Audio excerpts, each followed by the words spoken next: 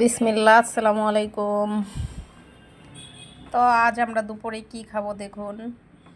এটা হচ্ছে লাউ বড়ি দিয়ে ঘন্ট, এটা হচ্ছে ছোলার শাক ভাজি, আর এটা হচ্ছে মাছ রান্না বড়ি দিয়ে লাউ দিয়ে, তারপরে হচ্ছে মটরশুঁটি দিয়ে। এই দেখেন এটা রান্না।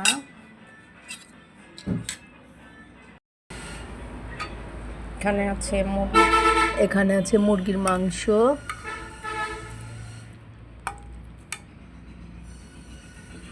আর আছে ভাত। তো আজকে আমাদের এটাই দুপুরের খাবার।